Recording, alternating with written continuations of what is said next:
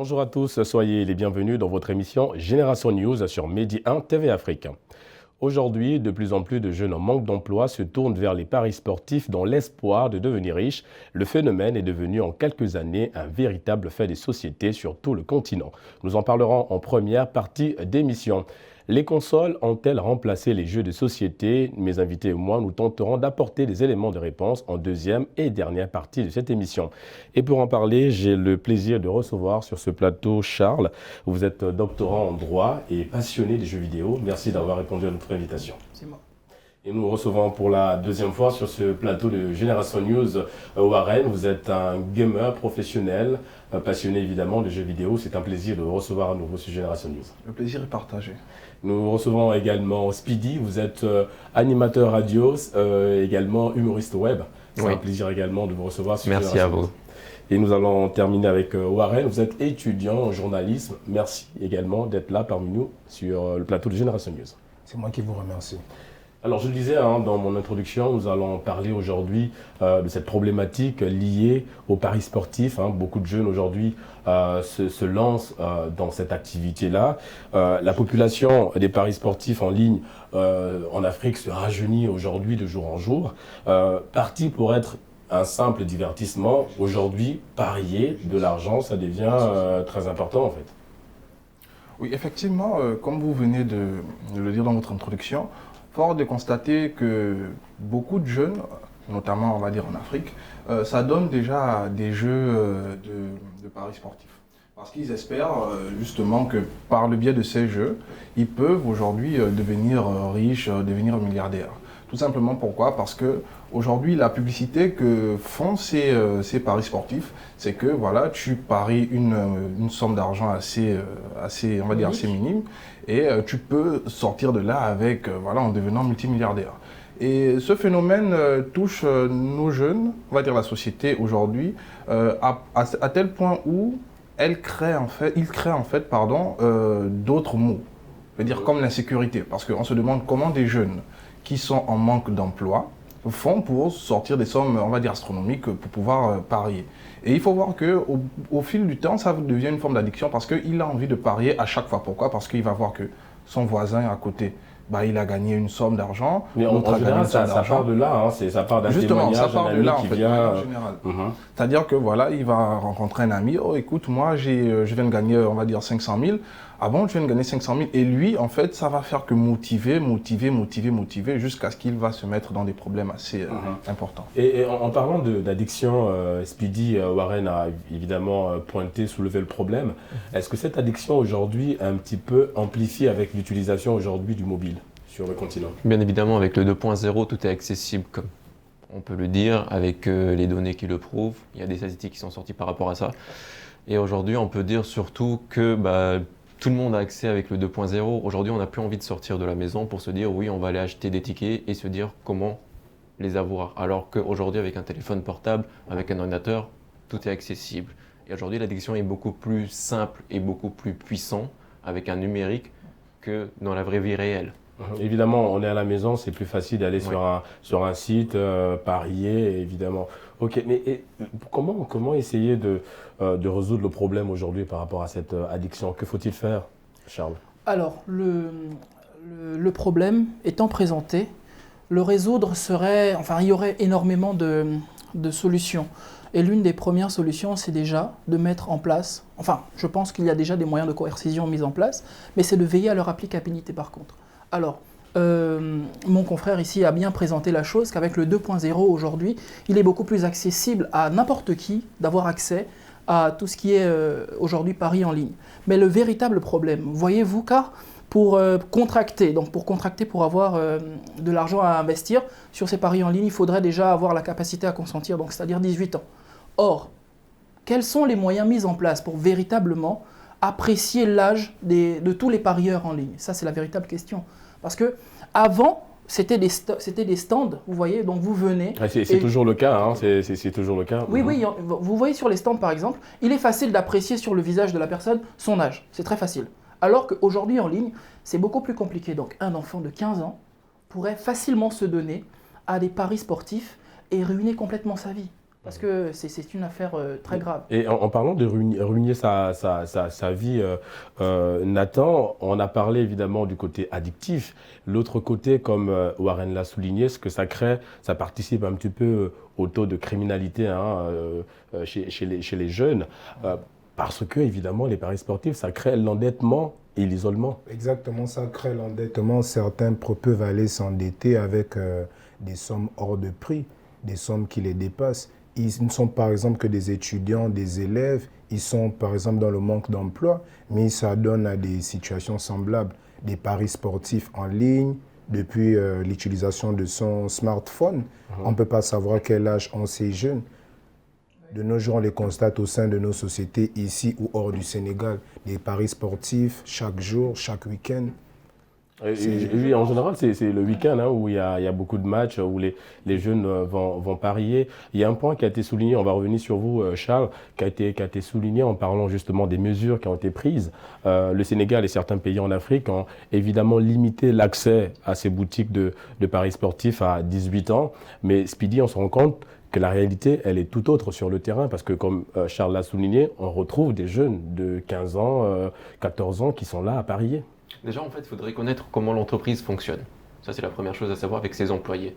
Parce qu'aujourd'hui, on ne peut pas me dire que celui qui est dans le stand ne s'occupe pas en fait de récupérer la carte d'identité de la personne pour savoir qui il est, comment il est, la date de naissance, etc. pour pouvoir valider le paiement. Et ça, en fait, aujourd'hui, c'est la société qui doit gérer ses employés et connaître en fait les droits de la personne. Parce qu'aujourd'hui, si on dit que c'est interdit d'acheter un produit à partir de 18 ans, c'est interdit de l'acheter à partir de 18 ans. Donc, quelque part, il faut évidemment interpeller la responsabilité de ces gérants des boutiques, Warren. Effectivement, il faut interpeller la responsabilité de ces gérants parce qu'aujourd'hui, on constate que ces gérants n'ont qu'une seule chose à l'esprit, c'est-à-dire faire du profit.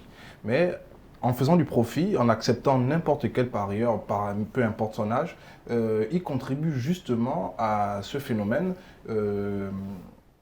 qui ne cesse de prendre de l'ampleur au sein de la société, en fait. Et c'est très regrettable, en fait.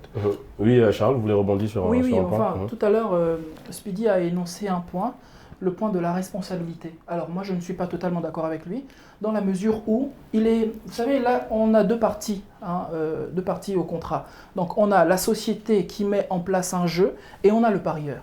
Alors, il est donc naturel, il est donc obligatoire, pas naturel, il est obligatoire pour l'opérateur économique de s'assurer que le co-contractant ait la capacité à contracter. Vous comprenez? Donc c'est une façon de dire mais est-ce que c'est toujours le cas sur le terrain? C'est pas toujours le cas, malheureusement. Que ce soit le cas ou pas, c'est la loi qui le dit. Et vous voyez, donc la loi, on est obligé de vérifier si celui en face de moi a la capacité de contacter. C'est comme un exemple. Je suis boutiquier tout de suite et un enfant vient acheter une cigarette. Alors la loi m'interdit de vendre une cigarette à un enfant de moins de 18 ans, enfin à une personne de moins de 18 ans, disant même que c'est quelqu'un qui l'a envoyé rapidement, vous comprenez? Et que suite à cela, je lui vends de la cigarette. Là, je suis déjà en infraction, comprenez cela? Et donc, vrai que l'infraction soit constatée, il faudrait exactement que les moyens, comme je le disais tout à l'heure dans mon intervention, que les moyens de coercition, donc les moyens coercitifs, puissent véritablement être mis en place et puissent être respectés. J'aimerais rebondir sur ce que Charles vient de dire en fait. Donc du coup, je vais aller dans son sens et aussi dans le sens de Speedy. C'est-à-dire qu'aujourd'hui, c'est vrai qu'il y a des moyens justement qui sont mis en place pour pouvoir interdire l'accès à des jeunes de moins de 18 ans pour pouvoir faire des paris et autres, etc. Mais le problème étant, c'est que la personne qui vient faire le pari, on va dire le jeune de moins de 18 ans qui vient faire le pari, il est en face d'un adulte. Déjà, et l'adulte, même déjà, on va dire, dans les bonnes mœurs, l'une des règles de bienséance voudrait qu'il soit lui-même pris, on va dire, par rapport à justement aux règles qui ont été mises en place, et en tant que parent, en tant qu'adulte, savoir que c'est interdit en fait pour cet enfant de faire des paris. Ça, c'est une chose. Et lorsqu'il vient contracter, c'est vrai que lors du contrat, en fait, il y a deux parties, il y a justement le parieur et il y a aussi, on va dire, la société. Mais la responsabilité vient beaucoup plus au niveau de la société. Pourquoi? Parce que en fait, c'est la société qui est censée respecter les règles qui ont été mises en place par, on va dire, les autorités étatiques. Évidemment, il y a une loi qui est là. Il faut voilà, si la société, par exemple, par le biais du revendeur qui est là, n'applique pas la loi, je pense que c'est la société on ne va pas dire que bon, le mineur, il a justement aussi sa responsabilité, parce qu'il sait que c'est interdit. Mais si la société, on va dire en tant que personne majeure, et en tant que personne, on va dire, qui est censée faire appliquer la loi, ne l'applique pas, bon, la société a une grosse part de responsabilité à l'intérieur. Mais il y a un souci. S'il faut parler des vendeurs et des revendeurs, les revendeurs, ils ont leur intérêt mis en place. Leur intérêt, c'est la clientèle qui compte. Justement, en fait. Même s'il faut parler des mineurs ou des moins de 18 ans. Ah non, je vous arrête. Parce que mise en place ou pas, vous savez, même si vous avez eu tout de suite 1000 clients de moins de 15 ans qui vous ont apporté énormément d'argent, sur la seule preuve de leur incapacité à contracter, en fait. tout ça, et sachant même, si on arrive à établir la preuve que vous étiez conscient de cela et que vous avez donc vendu en connaissance de cause un produit interdit à leur âge, mais non seulement vous faites la prison, vous êtes soumis à des dommages et intérêts, et en plus de cela, le contrat sera considéré comme nul et non avenu. Moi, j'ai une question par rapport à ça, en fait. Si, par exemple, un individu à 14 ans ou 15 ans va acheter son ticket et il devient gagnant, Ok. bah, il n'est pas censé gagner, en fait. Non, il n'est on pas peut. censé retirer l'argent. Pas du tout. Donc, quelque part, on se retrouve évidemment dans ce cercle flou vicieux qui sert à où, rien, en fait. Évidemment, et par rapport à ça, revenons un petit peu sur vraiment ces paris sportifs-là. Alors, on a parlé tout à l'heure de ces jeunes, ces adolescents de moins de 15 ans, 14 ans, voire 13 ans, hein, qui se retrouvent dans des boutiques pour investir, parier.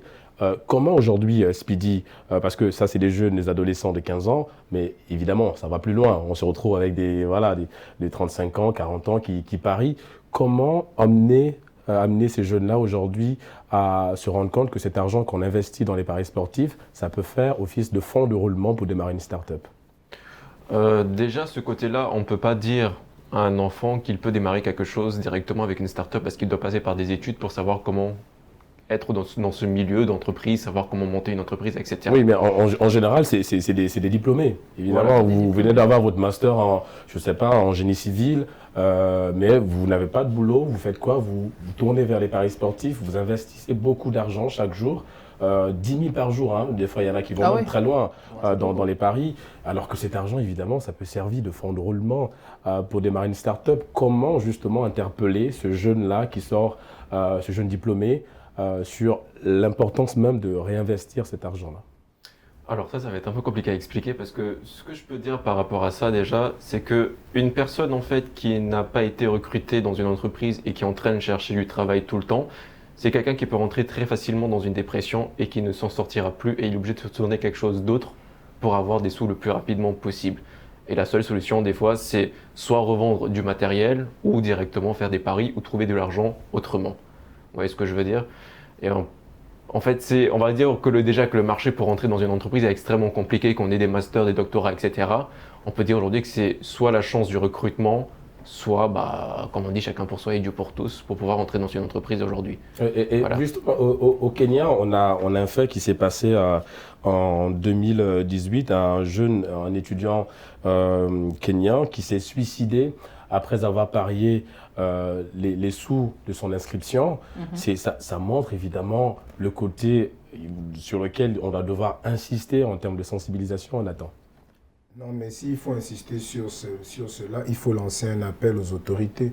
Il faut lancer un appel aux autorités et beaucoup plus de sécurité, beaucoup plus de sérieux par rapport aux paris sportifs et que font certains jeunes. S'il est arrivé jusqu'à se suicider, c'est qu'il y a eu une motivation derrière.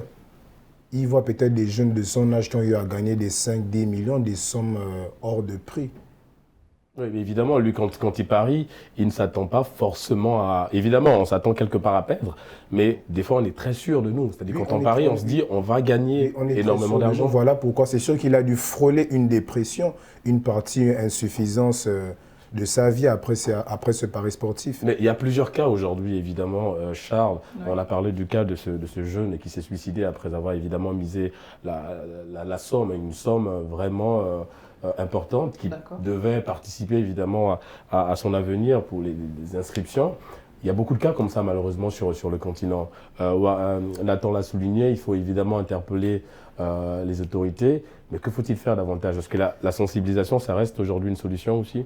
Oui, naturellement, la sensibilisation des personnes, des sociétés déjà, mais encore des principaux concernés, c'est-à-dire les étudiants eux-mêmes. Bon, prenons le cas du jeune Kenyan qui s'est donné la mort. Je pense plutôt que le problème ne résulte pas nécessairement du pari sportif. Parce que oui, je pense qu'il y a un processus, comme Speedy l'a notifié, un processus de dépression ou des problèmes personnels qui, enfin, donc le pari sportif a peut-être été la goutte d'eau qui a fait déborder le vase. Mais de façon générale, je ne pense pas qu'il soit seul à l'origine en fait, de ce suicide.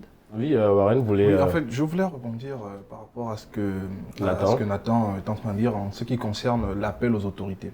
Ce qui est sûr, c'est qu'il y a des mécanismes, Charles l'a bien développé tout à l'heure, il y a des mécanismes, il y a des lois qui sont mises en place et qui doivent être respectées. Moi, je pense que déjà, il faudrait d'abord lancer un appel au sein des sociétés des paris, en fait. Que ces sociétés puissent sensibiliser leurs revendeurs. Déjà, ça, c'est dans un premier temps. Maintenant, il y a un autre problème qui est beaucoup plus gros, en fait, parce que là, s'il s'agit de se déplacer, d'aller dans des stands de paris et de prendre des tickets, de parier, ça, on peut dire que le problème, il peut être encore gérable. Maintenant, en ce qui concerne maintenant les paris en ligne, c'est là où le gros problème s'impose, en fait, parce que je vais prendre un exemple très simple. Aujourd'hui, avec Internet, tout le monde a accès à tout. C'est-à-dire même aux sites qui sont interdits au moins de 18 ans, tout le monde a accès à tout. C'est-à-dire un jeune de 9 ans qui sait bien très bien... Évidemment, il n'y a pas, comme Charles l'a dit, il n'y a pas de pare-feu. Voilà, il n'y a pas de pare-feu qui permettent justement de filtrer les informations. Et je pense que là, maintenant, c'est là où les parents doivent intervenir, en ce qui concerne les moins de 18 ans. C'est là où les parents doivent intervenir, parce qu'il y a une certaine époque, on en parlait très récemment avec Charles et Speedy et Nathan, avant de venir sur le plateau, que nos parents, en fait, ont eu à apporter une certaine éducation qui fait en sorte que nous nous concentrons beaucoup plus, on va dire, sur des jeux, à l'époque, qui étaient de notre âge. C'est-à-dire, on jouait à des jeux au prix, on peut dire par exemple au prix. Ouais, les jeux traditionnels. Des jeux traditionnels, en fait, voilà. Mais malheureusement, aujourd'hui, avec l'évolution de la société, la technologie, un enfant de 7 ans, il a un smartphone, un enfant de 5 ans, il a un smartphone et il fait de son smartphone ce qu'il veut. Et facilement, on peut évidemment aller sur les sites parier. Oui, Speedy, par rapport à ça, justement, à ces paris sportifs, on l'a dit, hein, il y en a malheureusement, ils arrivent à parier mais ils ne gagnent pas, mais il y en a qui gagnent. Et ceux qui gagnent en général, ça sert d'exemple et ça facilite aussi quelque part l'addiction du nouveau parieur. Bien évidemment, comme toute chose devient addict, en fait c'est comme dans l'influence. Aujourd'hui dans l'influence, quand tu commences à avoir des abonnés, tu en as toujours envie. Donc tu fais ton maximum pour en avoir plus. Tout le temps sortir des vidéos, travailler encore tes vidéos. Donc aujourd'hui, quand une personne gagne de l'argent, elle veut toujours plus. En fait, l'homme, dans tous les cas, est il est toujours il est insatisfait de la vie. Donc il veut toujours plus, toujours avoir plus, savoir comment il va préparer sa vie avec. Alors qu'en vrai, il ne prépare rien. Il essaie juste de s'enrichir en vrai. Je vais appuyer ce que Speedy vient de dire. L'homme, c'est vrai, plus il en a, plus il en veut. Plus il en a, plus il en veut. Il y a forcément des jeunes de leur âge qui ont servi d'exemple pour jouer à ce jeu, à ces jeux de hasard et ces paris sportifs. Je vois un jeune de mon âge ou moins âgé que moi qui a eu à gagner 10, 20, 15, 30 millions. Je me dis que je peux aussi faire la même chose ou je peux faire mieux. Et quelque part, ça reste aussi le piège hein, aujourd'hui. Oui, Charles. C'est un calcul très basique. Hein. Vous savez, la loi des probabilités, c'est 1 plus 1 est égal à 2. Voilà. Vous prenez, en exemple très basique, vous prenez 5 millions de joueurs dans un pays. Chaque joueur joue 1000 francs, pas beaucoup, 1000 francs. Alors, ça fait, je pense, 5 milliards, d'accord? Sur les 5 milliards de recettes, d'accord? Donc, le but de l'entreprise, c'est de faire quoi? C'est de faire croire une illusion de partage de profit. C'est-à-dire qu'il va prendre dans ces 5 milliards, disons même 500 millions, qu'il va partager à certains prétendus gagnants. Un va gagner 100 millions, un va gagner 1 million, un autre 25 millions, d'autres 300 000. Vous comprenez? Et ça fait croire à une fausse illusion de réaction, en fait. Une fausse illusion vous pensez gagner, mais en fait, vous ne gagnez pas. Et on entretient le cerveau de ces personnes influencées, voilà, et ça devient un véritable cycle vicieux. Et ça fait naître une addiction. Donc, on a parlé justement de ces problèmes-là. On a parlé de l'addiction. On a parlé aujourd'hui, parce que malheureusement, il y a des morts. Hein, il y a des jeunes qui se donnent la mort après avoir évidemment investi énormément d'argent dans les paris sportifs. Que faut-il faire aujourd'hui pour essayer de freiner ça? C'est-à-dire, on a parlé de la sensibilisation, mais évidemment, on interpelle les autorités. Que faut-il faire, Warren? Est-ce qu'il faut créer des centres de distraction autres que les paris sportifs, par exemple? Oui, je pense que déjà, si certaines personnes s'adonnent à des paris, parce que l'addiction, elle ne naît pas du jour au lendemain. L'addiction, elle naît justement d'une répétition. Et si une catégorie de personnes commence à devenir addict, c'est parce que déjà, il y a une certaine forme d'oisivité autour d'eux. On vient de parler des jeunes qui sont sans emploi, c'est-à-dire il n'a pas d'emploi, il a fini ses études, il est assis à la maison, il a déposé des dossiers dans des sociétés de la place, il attend et n'ayant pas d'activité et voyant autour de lui qu'il y a certaines personnes qui arrivent à se faire de l'argent tout en étant à la maison, rien qu'en pariant sur son téléphone, et il se met à parier. Je trouve déjà que, en fait, il faut multiplier justement des moyens de distraction, c'est-à-dire on va dire déjà les jeunes aujourd'hui aiment beaucoup le sport. Ils aiment beaucoup le foot, ils aiment beaucoup le sport. Investir dans cela, investir aussi, pourquoi pas, dans le jeu vidéo. Investir aussi dans, dans l'emploi. Parce que si certains jeunes aujourd'hui arrivent à gagner de l'emploi beaucoup plus tôt, je ne pense pas que... Ça limite, ça limite justement... Et pour revenir en fait sur la façon dont les sociétés aujourd'hui font la pub pour pouvoir attirer beaucoup plus de jeunes. Speedy qui est youtubeur, je crois qu'il en connaît d'autres, des personnes en fait qui sont des youtubeurs aussi, mais dans ce domaine-là. C'est-à-dire ils viennent, ils vous disent que bon voilà, il y a des probabilités, on vous aide en fait dans vos paris pour que vous puissiez gagner. Et ils vous montrent justement que non voilà, nous arrivons à gagner avec ces paris et ils vous montrent justement la vie luxueuse. En fait ça devient évidemment un marché. Voilà, ça devient un marché en fait. Ils vous montrent la vie luxueuse qu'ils mènent à partir de ces paris et ce qui fait en sorte que beaucoup de personnes aujourd'hui arrivent à devenir facilement addicts parce qu'ils se disent que je peux être le prochain millionnaire. Voilà, le prochain millionnaire. Oui, Speedy. En fait, déjà, il y a trois gestions d'influence digitale. Il y a l'influence digitale, celui qui fait le bad buzz, qui fait croire à tout le monde qu'il est devenu riche grâce à quelque chose, grâce à des partenaires, des sponsors, etc. Il y a celui qui est au milieu, qui est honnête en fait, qui va fonctionner honnêtement avec les entreprises, qui va dire voilà, moi je te fais de la pub de ça, mais il va garder ses abonnés tout en leur disant que faites attention à ceci ou cela. Et le dernier influenceur qui est carrément vide, qui ne dit rien, qui ne fait rien. Alors en fait, le problème est qu'aujourd'hui, dans le côté digital, la majorité des personnes qui sont dans l'influence digitale sont malhonnêtes dans ce milieu.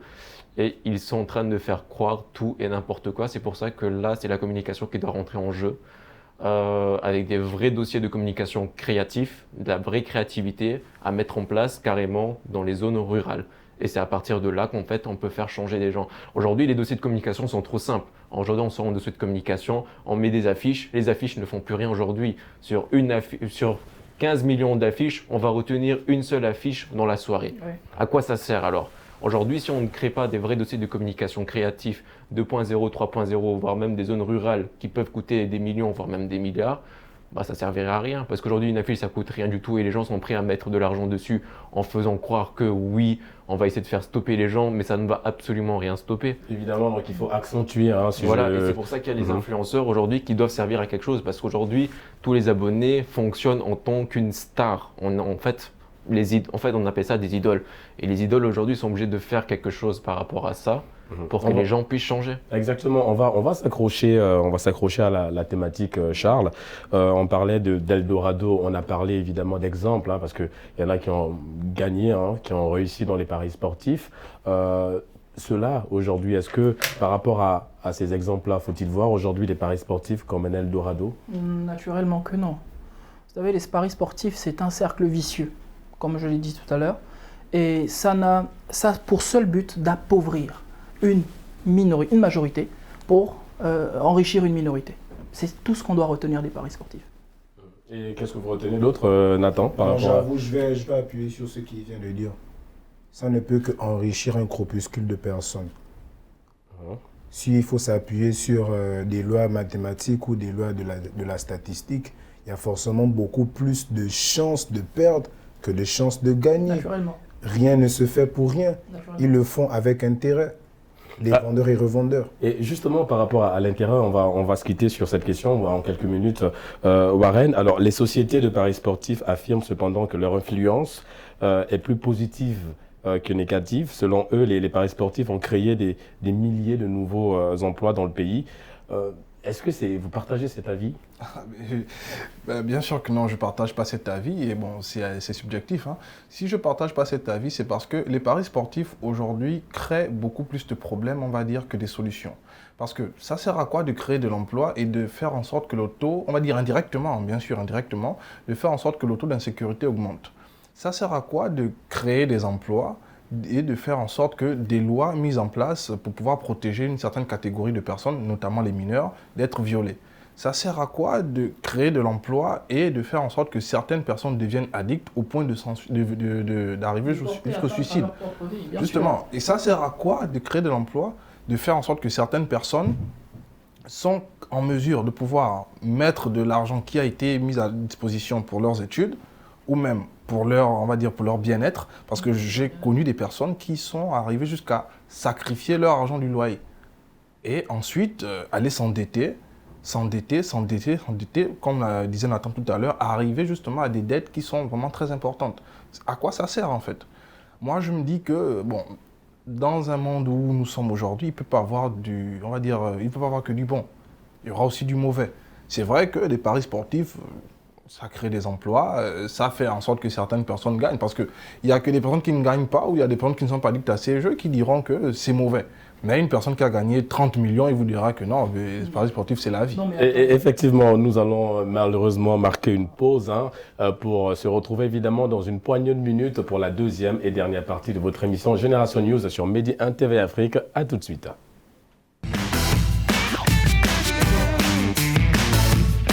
De retour sur Medi 1 TV Afrique pour la deuxième et dernière partie de votre émission Génération News. Nous allons à présent, messieurs, parler des jeux vidéo. Les consoles ont-elles aujourd'hui remplacé les jeux de société? Nous allons démarrer avec vous, Charles. Est-ce le cas aujourd'hui? Alors c'est, je dirais, même un peu facile à deviner déjà, parce que bon, en parlant simplement de chiffres, de façon globale, l'industrie des jeux de société pèse à hauteur de 500 millions d'euros à peine, alors qu'on parle d'une industrie à l'opposé qui pèse plus de 10 milliards de dollars, enfin ouais, de dollars on va dire. Et donc déjà sur cette base, on a énormément de consommateurs d'une part pour une poignée d'autre part. Et même dans la pratique, parce que tout aujourd'hui porte à tout ce qui est numérique, les jeux vidéo sont beaucoup plus numériques, et donc les jeux de société rapidement délaissés, et même si vous constatez, certains jeux numériques sont même, certains jeux de société, autant pour moi, donc de plateau, certainement basiques, sont même déjà numérisés. Vous allez par exemple sur certains stores, certaines consoles de jeux, vous allez voir dans leur store des jeux de plateau, les plus connus, les plus réputés. Voilà. Donc, comme pour répondre que le jeu de société ne pourra, je pense, jamais détrôner le jeu vidéo. De toute façon, on aura l'occasion d'en parler sur le plateau. Speedy, évidemment, les jeux de société tels que le Scrabble nous invitent à la découverte des mots et des fois à leur signification, tout simplement. Est-ce le cas pour le jeu vidéo numérique? Que ce soit pour le jeu numérique ou le jeu traditionnel, je crois que la majorité des personnes n'apprennent pas vraiment les mots qui sont liés directement via le Scrabble. Après, les gens jouent pour jouer, ils ne jouent pas vraiment pour apprendre. Surtout, après, sur le côté numérique, si, il y a des gens qui vraiment, ça devient un métier, ils apprennent à jouer carrément. Et même dans le jeu traditionnel aujourd'hui, les gens, ils apprennent carrément le jeu parce qu'il y a des concours, il y a des compétitions, il y a de l'argent à gagner. Et que ce soit l'un ou que ce soit l'autre, ça reviendra presque au même au niveau des concours, des compétitions, de l'argent qui a été mis en place. L'homme apprend toujours quelque chose. Et justement, par rapport à ça, Warren, on a parlé de jeux de société. Charles estime qu'aujourd'hui, ça va être un petit peu compliqué pour ces jeux de société de résister, mais on se rend compte que c'est toujours le cas parce que le Ludo, ou bien le Scrabble ou le Monopoly, ces jeux sont toujours présents dans les familles. Qu'est-ce qui fait la force aujourd'hui de ces jeux de société? Est-ce que c'est le côté social? Bien sûr, c'est le côté social qui fait en sorte que les jeux de société, jusqu'au jour d'aujourd'hui, demeurent. Et il faut aussi comprendre que ce sont des jeux qui sont facilement accessibles. Ce sont des jeux qui sont facilement accessibles à tout le monde. Ce n'est pas donné à tout le monde de pouvoir s'offrir une console dernière génération. Et donc, les jeux de société aussi, ça réunit non seulement grands et petits. Il y a certaines personnes qui trouvent... Oui, le côté social, ça rassemble tout le monde. Il y a certaines personnes, on va dire, bon, par exemple, le Monopoly. il peut se jouer en famille. Mais il y a aussi des jeux, on va dire des jeux vidéo comme Nintendo Wii par exemple, qui propose aussi des jeux de famille. Et il faut aussi voir aussi que c'est aussi par rapport à l'appréhension aussi de certains parents, parce qu'ils se disent que bon, le jeu vidéo en fait, ça abrutit, alors que les jeux de société, ça permet de réveiller la curiosité, ça permet justement de réveiller la réflexion, bien que c'est pas totalement vrai, mais bon, ils le pensent. Comme vous avez bien dit, le Scrabble, ça permet à certaines personnes d'apprendre de nouveaux mots, de connaître leur signification. Et on se dit, bon, par exemple, jouer à un jeu, par exemple, de FIFA ou un jeu de combat sur console, bah, ça ne t'apprend rien du tout. Par comparé à un jeu de Scrabble, par exemple. Mais bon, si on prend l'exemple du jeu de football que vous venez de citer, c'est un jeu parfait, enfin c'est un jeu de simulation. Mais moi, je vais vous prendre un jeu d'histoire que nous connaissons tous qui s'appelle Assassin's Creed. Assassin's Creed, c'est un jeu qui se base sur une évolution historique. Donc, depuis l'époque des combats médiévaux, des relations médiévales qui existaient, ou encore l'Empire grec, tout ce qui est le monde... Enfin, il y a énormément d'histoires à l'intérieur, vous comprenez. Donc, au fil du jeu, vous découvrez certaines histoires, vous découvrez, par exemple, je vous prends la dernière sortie, le Assassin's Creed Odyssey. C'est un jeu qui fait état de l'évolution en fait, d'un personnage dans un monde grec. Et vous apprenez énormément. Et ce que malheureusement, nos parents qui sont restés un peu en arrière, vous comprenez, ne comprennent pas. Oui, en fait, ils ont toujours cette image un petit peu péjorative du jeu vidéo. Nathan, par rapport à ça, justement, que faut-il faire aujourd'hui par rapport à ça? Est-ce qu'il faut inviter beaucoup plus les jeunes à faire un retour aux sources avec des jeux traditionnels? Exactement, il faut beaucoup plus inviter les jeunes à faire un retour aux sources, aux jeux traditionnels, aux jeux de société, parce que les jeux de société, ça rassemble.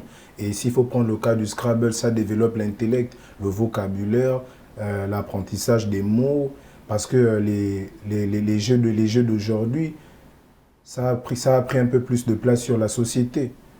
Je peux être devant ma console à minuit, 1h du matin. Je joue avec ceux qui sont en ligne à travers les 4 coins du monde. Mais non, je me retrouve seul. Entre-temps, les jeux de société, les cartes, le ludo, ça rassemble un petit peu, ça rassemble les jeunes. Ce n'est plus comme à l'époque. La technologie, les jeux vidéo ont apporté un plus, mais ça crée l'isolement. Ça crée l'isolement, comme ceux des réseaux sociaux, ça crée énormément l'isolement. Je prends un exemple. Si tout de suite on se retrouve dans un restaurant, dans un café, je parie que chacun de nous va sortir son smartphone pour snapper, oui, évidemment, pour immortaliser. on se retrouve, la génération tête baissée, comme on dit. Et évidemment, par rapport à ça, on a parlé du côté sociable, de Speedy, de ces jeux de société comme le Scrabble ou le Monopoly, évidemment, qui rassemblent. Mais Nathan a souligné un point, c'est qu'on est moins addictif au Monopoly qu'à un jeu vidéo sur PlayStation, par exemple. Ce n'est pas la même sensation. Là, on est en train de parler de quelque chose de beaucoup plus vivant.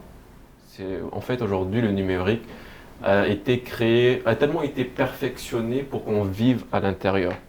Et moi, je vous dirais la vérité par rapport entre les jeux de société. Si on me disait de choisir entre des jeux de société et des jeux vidéo, j'aurais pris carrément les jeux vidéo. Après, c'est comme on avait dit, je ne vois pas pourquoi les parents interdiraient ça.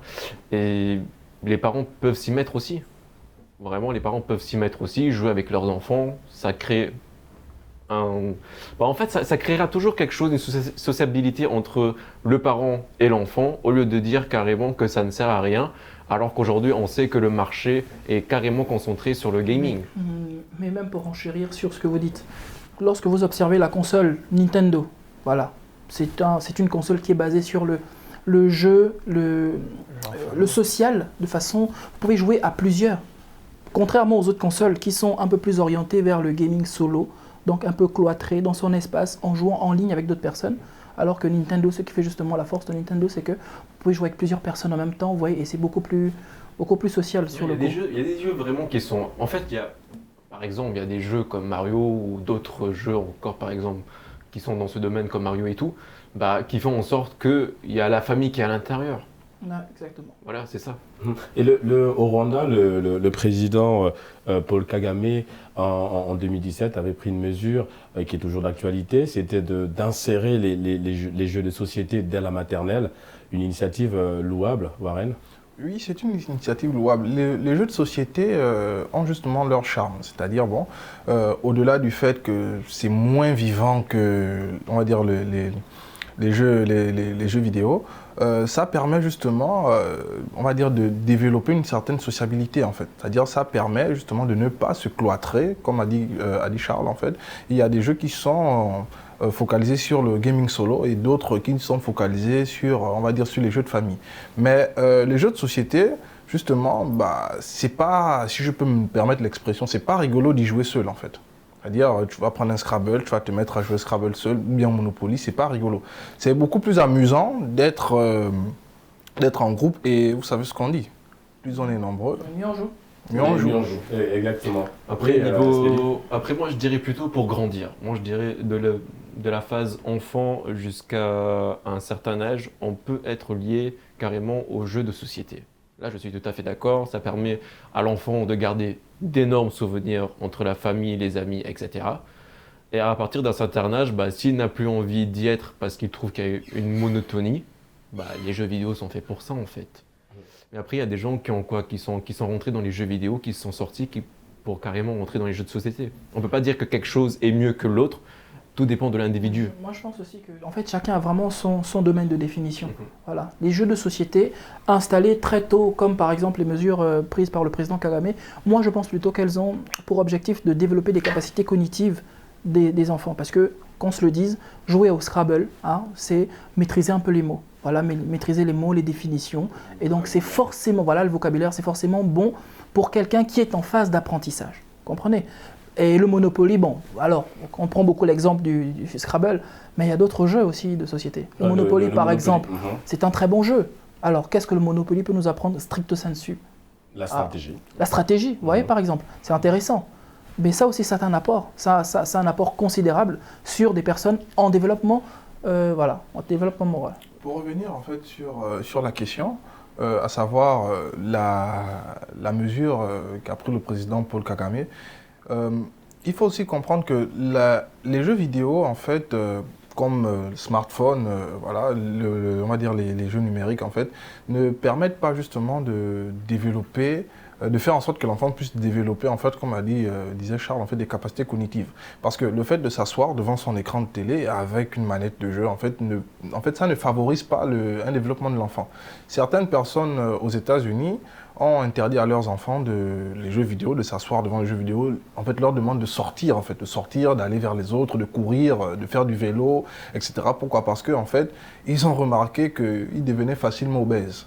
C'est-à-dire, je m'assois devant ma télévision, je prends ma console de jeu, je prends ma manette, j'ai de quoi manger à côté, je sors pas, je fais aucune activité physique, en fait, il n'y a aucune activité physique, j'ai juste ma console de jeu. Et je pense que c'est pour, justement, on a parlé tout à l'heure de l'addiction. C'est justement pour éviter aussi que certains enfants deviennent addicts aux jeux vidéo, de permettre, en fait, on va dire, de faire en sorte que l'enfant puisse non seulement toucher aux jeux vidéo, mais également aux jeux de société, qui puissent être polyvalent, si je peux le dire ainsi. Et justement, par rapport à ça, Nathan, les points ont été soulevés ici. Évidemment, il y a le côté addictif de jeux vidéo et il y a le côté aussi qui développe l'intellect du jeune ou de l'adolescent qui se lance dans un jeu de société. Le plus dur aujourd'hui, ça doit être de trouver le juste milieu entre les deux. Oui, trouver le juste milieu, par exemple, lorsqu'on était au primaire et qu'il y avait souvent des concours, il y avait des remises de prix, par exemple.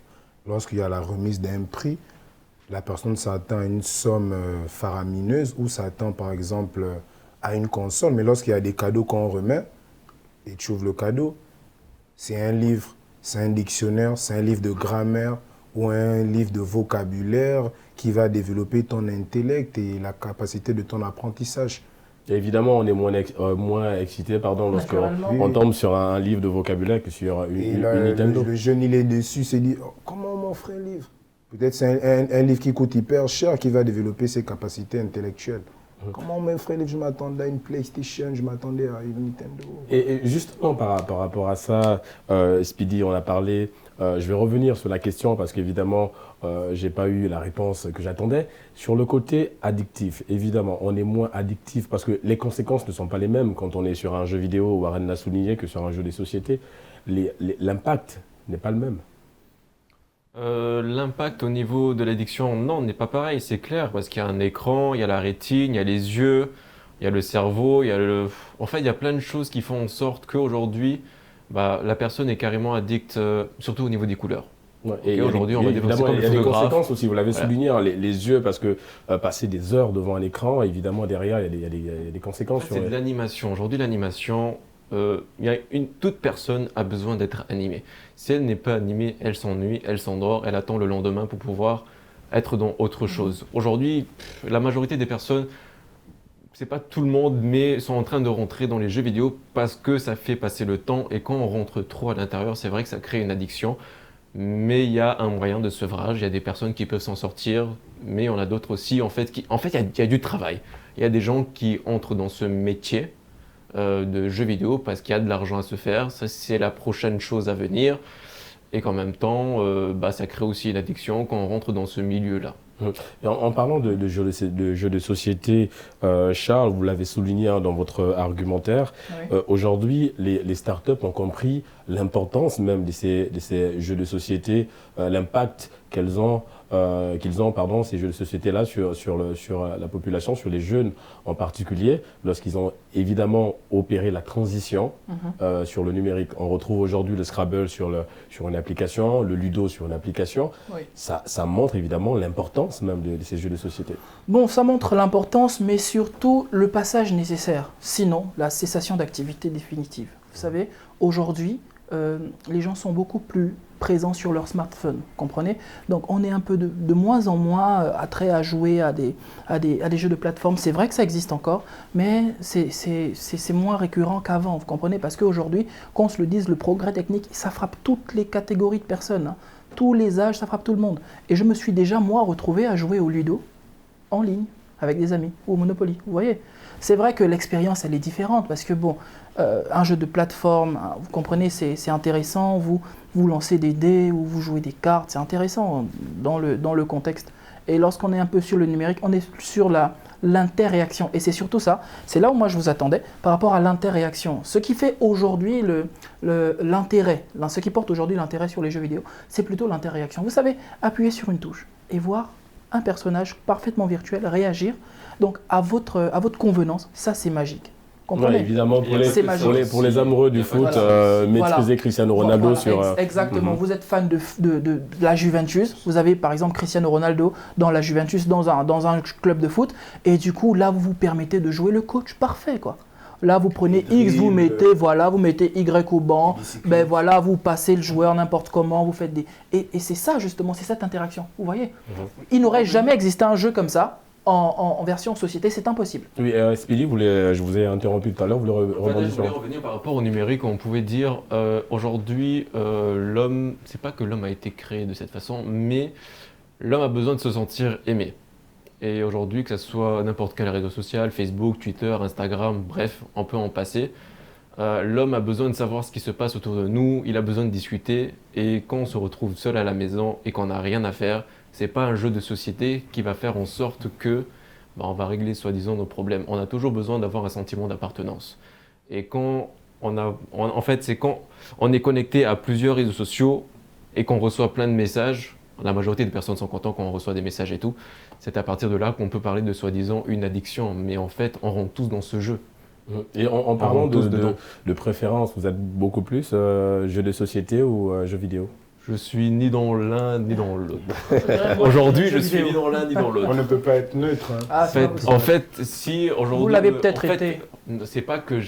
avant, à l'époque, j'étais vraiment addict aux jeux vidéo. J'avais vraiment une spécialité dans un jeu vidéo à l'époque. Vous étiez Mais je m'en dans suis... le domaine du gaming d'ailleurs. J'étais vraiment dans le domaine du gaming à gaming. l'époque où je jouais à non seulement... j'étais plus développé dans le côté MMORPG. Et quand on rentre dans ce milieu, c'est, on va dire, le milieu un peu qui peut rendre fou quelqu'un parce que c'est vraiment jouer solo, mais accompagné de plusieurs personnes. Et en fait, c'est quand on a ces personnes qui sont autour de nous, tu as l'impression que c'est une famille, mais en fait, c'est que du virtuel. Et quand tu rentres dedans, tu t'en sors plus, tu restes chez toi 24/24. Et on rentre dans le milieu où on dit obèse, manger. C'est comme ça en fait. Dormir, jouer, manger, Mais se bien laver, avant, dormir, dans voilà. une routine. je ne sais pas si vous avez remarqué, si vous savez, L'OMS a déclaré en fait que les accros au gaming pourraient être malades. Donc aujourd'hui, être accro au gaming, ça peut être significatif d'une maladie. Et c'est comme on disait tout à c'est l'heure, en fait, compliqué. toute addiction est nuisible. C'est nuisible. Effectivement, C'est voilà. clair. Et justement, par rapport à ça, on a parlé du côté virtuel. L'avantage, on va dire, des jeux de société, c'est que ça brise. C'est cette glace-là. On n'est pas forcément. On a parlé du contact physique. C'est important aussi dans le domaine. Lorsqu'on veut s'amuser, se distraire avec les jeux de société. Ce qui n'est pas le cas, comme Speedy l'a souligné en parlant du virtuel, Warren. Oui, justement, en fait, c'est là où je disais que les jeux de société ont leur charme. C'est-à-dire que le jeu de société, au-delà justement du fait que ça ne soit pas vivant, c'est physique en fait. Entre-temps, le jeu vidéo, il est virtuel. Et avant de pouvoir répondre, on va dire, de manière efficace à cette question, je vais revenir sur ce que Charles disait lorsqu'il a pris l'exemple du jeu de foot où tu peux justement incarner ton équipe préférée. Ce qui fait la force du jeu vidéo aujourd'hui, c'est que les développeurs de jeux vidéo se basent sur ce qu'on aime d'abord, on va dire, en dehors du jeu vidéo. En prenant l'exemple de certains jeux de combat, on va prendre la série par exemple Dragon Ball ou la série Naruto ou n'importe laquelle en fait qui est très aimée du public, du grand compétit. Et lorsque un développeur prend une idée de faire sortir un jeu de Dragon Ball, bah, c'est d'abord les fans de Dragon Ball qui sont attirés par ça, c'est-à-dire gamers ou pas. Fans de manga, oui, c'est eux qui sont d'abord attirés ou pas, gamers ou pas en fait. C'est-à-dire, je veux justement vivre, c'est en fait incarner, on va dire, Goku dans le monde justement de Dragon Ball, affronter des méchants et tout, etc. Et c'est justement ça la force des jeux vidéo. Est-ce que ça permet de réaliser un rêve? Oui, justement, ça permet de réaliser un rêve, d'incarner son personnage préféré. Et par rapport aux jeux de société, ce qui fait en sorte que jusqu'au jour d'aujourd'hui, le jeu vidéo ne prenne pas totalement le dessus, c'est à cause de son caractère non seulement ludique, mais également ça nous permet aussi de développer certaines formes de capacités mentales. C'est justement là où le jeu de société n'arrive pas à être totalement absorbé. Et le numérique a été obligé justement d'intégrer certaines applications, certaines applications. Le numérique prend une première place de nos jours. Bien sûr. Il y a une grande différence en fait entre le jeu de société et le jeu vidéo. Aujourd'hui, on a accès à Internet. Avec si peu d'argent, on peut faire énormément de choses sur Internet et on peut passer du temps. Alors que c'est bon, d'accord, on peut acheter un jeu peut-être à 10, 15, 20, 30, 40 euros par exemple, un jeu de société, mais en fait, c'est ça qui crée la monotonie. On n'a que ça devant nous, on ne peut rien faire d'autre qu'avec ce jeu. Je ne vois pas trop l'intérêt, alors qu'avec si peu d'argent, avec Internet, on peut faire énormément de choses. On peut regarder un film, juste après on peut jouer à un jeu vidéo. Après, on peut se connecter sur un réseau social. Alors qu'un jeu de société, bah, c'est juste ça. C'est trop cloîtré. Voilà, t'as l'impression d'être dans un truc, tu vis que ça. En fait. Exactement. À travers le net, rien qu'en étant à Dakar, on traverse le monde. Ouais, Psychologiquement, virtuellement, je suis déjà en Corée. Et pour revenir aussi un peu sur ce qu'il disait, c'est tout à fait normal parce qu'on a dit l'homme en fait n'est pas, l'histoire l'a montré en fait, l'homme n'aime pas se sédentariser en fait. Il n'aime pas rester statique, c'est-à-dire que lorsque j'ai un jeu devant moi, j'aimerais jouer à autre chose. C'est-à-dire au bout d'un moment, ce sera rigolo. Même dans les jeux vidéo, en fait, tu vas prendre un jeu de foot et après tu diras que bon, j'ai plus envie de jouer au foot, je vais peut-être me mettre à un FPS. Tu vas te mettre un FPS, après tu vas dire non, bon, je vais plus me mettre un FPS par exemple, je vais aller plutôt dans un jeu de combat. On est tenté toujours de nouvelles expériences. Et malheureusement, le jeu de société ne peut pas nous l'apporter. Ne peut pas nous apporter en fait une certaine forme de nuance dans ce que nous voulons vraiment en fait. Le jeu vidéo, depuis même l'époque de la Tetris, présentait une certaine catégorie de jeux.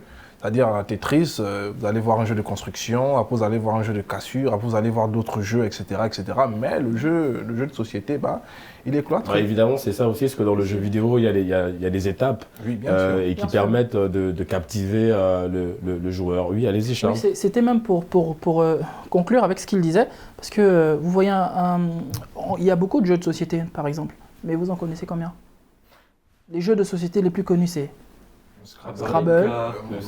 Ouais. C'est vraiment les Pourquoi, vous savez, c'est-à-dire, mais voilà, en fait, la vérité, c'est que nous sommes restés attachés à cause de notre enfance, parce que nous avons des souvenirs. Mais sinon, véritablement, chaque jour, il y a des jeux de société qui sortent. Mais ça n'attire pas notre intérêt pour autant, vous comprenez. Donc en fait, la vérité, c'est que ces jeux de société-là, nous sommes accrochés à ça à cause d'un vécu, à cause d'une histoire. Donc les générations à venir ne connaîtront pas. Les générations à venir, oui, il se peut fortement. Alors, exister évidemment, les jeux de société seront toujours là. Les jeux de société seront toujours là. Mais maintenant, comme disait Elles seront Charles, toujours en là, fait, c'est vrai.